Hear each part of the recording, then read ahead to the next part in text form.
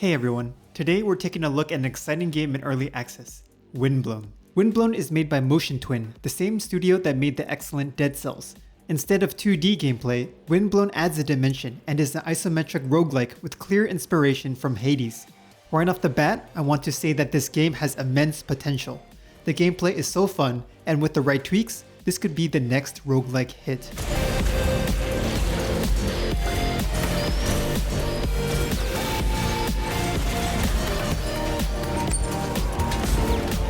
The basic structure of Windblown is you control a character from arena to arena, battling a variety of enemies. Successfully completing rooms gives you boons that power up your character, different weapons, stat boosts, and long-term collectibles. When you die, you get sent to a main hub area where you use your collectibles to purchase long-term upgrades that make your next runs a bit easier. If you played Hades, this will all sound familiar, but where Windblown shines is in its moment-to-moment gameplay.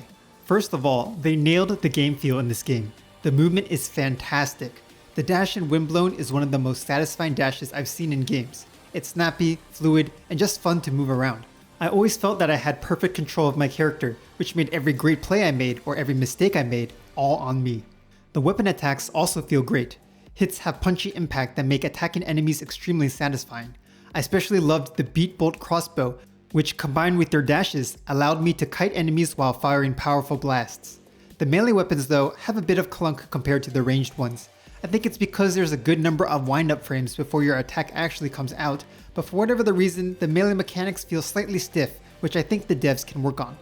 I thought for the longest time that Hades had the best roguelike combat, but Windblown is honestly not too far behind, and will easily compete once they tweak some things around. The only other minor complaint I have is that the visual clarity is a tad lacking. The particle effects are quite intense, so if those could be toned down just a notch, it would help players read enemy attacks more consistently. Onto the combat. The combat plays so well. There are many layered mechanics, which makes the skill ceiling feel incredibly high. It always feels like you can play better, which is a sign of great combat design.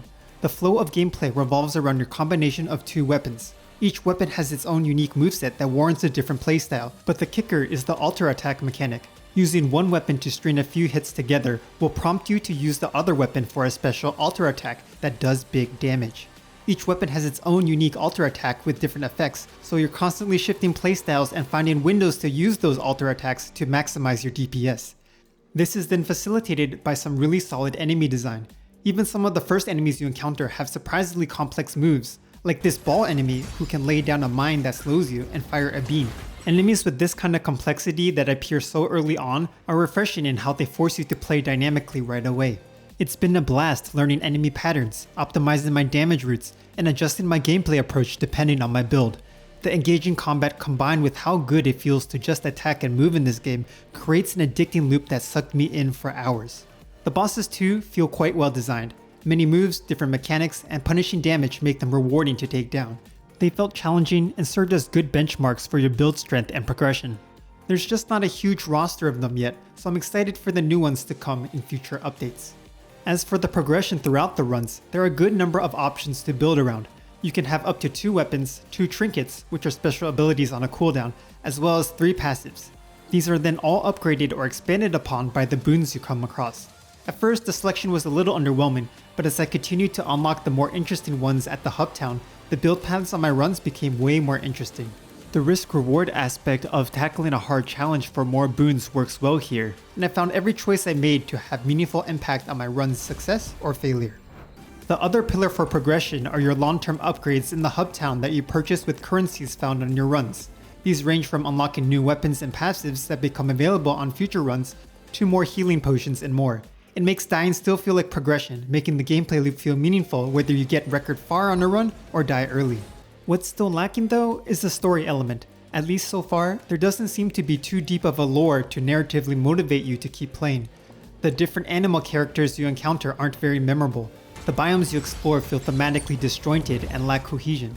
Like I go from this robot factory area to a rat village filled with cheese without any explanation. With how good the gameplay is already, Windblown really doesn't need to have an expensive narrative, but a bit more to give players a greater sense of purpose to the progression would go a long way in improving the entire experience. Presentation-wise, the game is very colorful with a unique art style. Personally, the art direction and character designs aren't quite to my taste, but the execution here is solid. I thought the colors and the environments in particular look fantastic. What I'm concerned though, like the biome environments I mentioned earlier, is the cohesiveness of the whole thing. The music, while good, doesn't always fit the visuals or action on screen. The world building is built on this mix of anthropomorphic animals and technology, but I wish there was more visual detail to really sell Division. These are minor nitpicks for what's really a gameplay driven game, but with such a strong foundation, I hope the devs will be able to add an extra layer of polish to push Windblown to an even higher level. When it comes down to it, Windblown is a game that respects your time. The gameplay is intense. Rewards are meaningful. I'm honestly not even a huge fan of the roguelike genre, but here I am itching for one more run until hours have passed. It's still in early access with the roadmap aiming for a possible full release in 2026, but definitely keep Windblown in mind as it is looking to be a great roguelike over time.